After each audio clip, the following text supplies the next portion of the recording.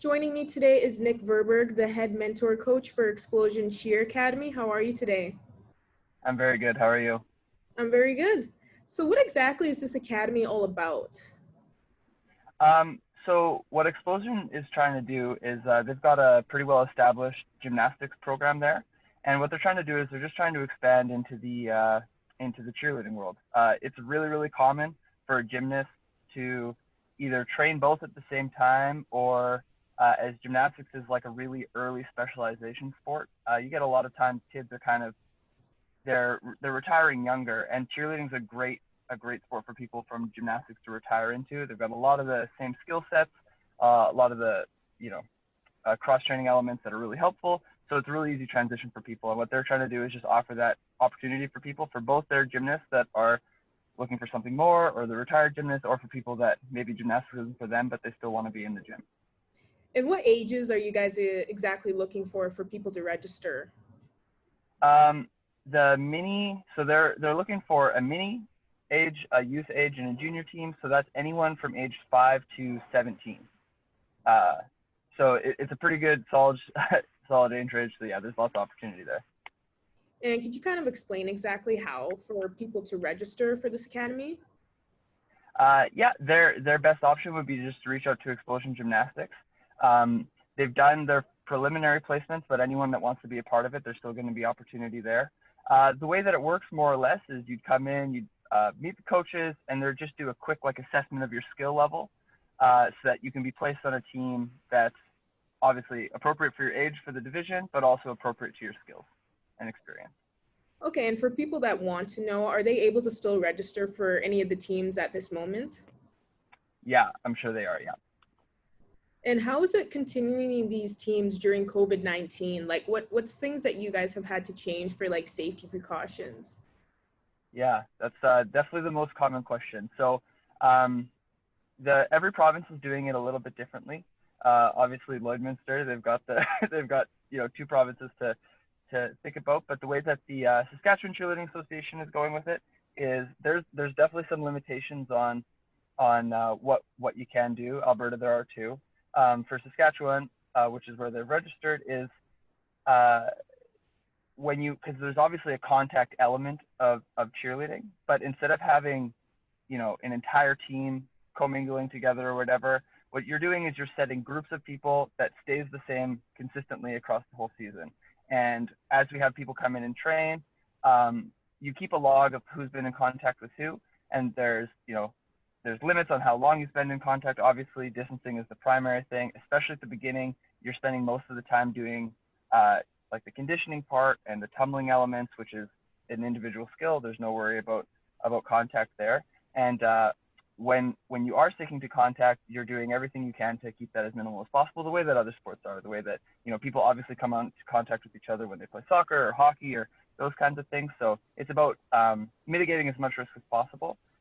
With that, there's things like, so in cheerleading, there's stunting, where you have 4 people working together to lift, and then there's also pyramids, where you have the whole team kind of putting things together. And right now, pyramids aren't a thing, so there's no pyramid. So we keep that limit down to just like one person's in contact with 3 other people. That's it all year. Other things like when the coaches, you minimize spotting. So a lot of times, before all this happened, you would spend a lot of time hands-on coaching, kind of helping kids through shapes and things like that. And we've all, like in gymnastics as well, you've minimized that as much as possible. So coaches are spending as little time as possible with actual contact. Mask wearing, obviously, where possible. You don't want to be wearing a mask if you're doing like hardcore intense cardio, because that has its own risks. But wherever possible, masks are used, frequent hand washing, all those basics as well. Well, that's really good to hear, honestly. And have the Explosion Academy received lots of support in the past from residents? Yeah, my understanding is that I was introduced to Explosion in the spring, so like right at the beginning of the COVID thing. So I've been working with them since then. I know that they're a pretty well established gymnastics facility, obviously the only one in Lloydminster, and we had 28 kids come out to our first training last weekend, or this most recent weekend, which is great.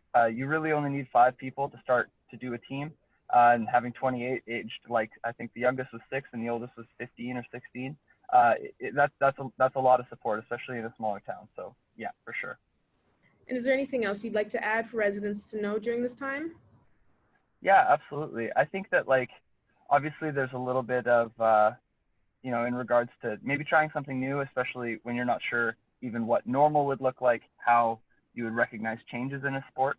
But I'm a member of Cheer Canada, and I've been a part of Cheer Manitoba as well, and I know that like I'm familiar with the Saskatchewan Cheerleading Association and the Alberta Cheerleading Association, and they're all doing everything that they possibly can to keep a great sport that is very welcoming, very inclusive, very accessible to people, and make it still safe. So obviously those like little bits of fears and starting something new totally makes sense, but there are a lot of people doing everything that they can. And the best thing about cheerleading is when it comes to whether it's you're a new athlete or an older athlete and you're trying to, even an elite athlete, is cheerleading's prided itself globally on inclusivity and accessibility. Like a couple of great examples of the fact that when the national teams compete, so when Team Canada competes against Team USA, they actually have it the same day as the para cheer and the special abilities cheer. It's all at the same time at the World Championships. There's masters divisions. There's you can do the beginner levels at any age. There's cheerleading's done an amazing job of making sure that no matter who you are, your body type, your shape, your experience, your athletic ability, your commitment to a sport, that there is an option for you in cheerleading.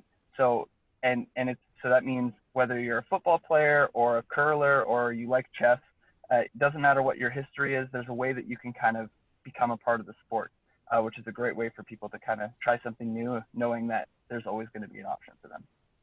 Well, perfect. Thank you so much for joining us today, Nick, and best of luck to the Academy in the future. Awesome. Thanks so much.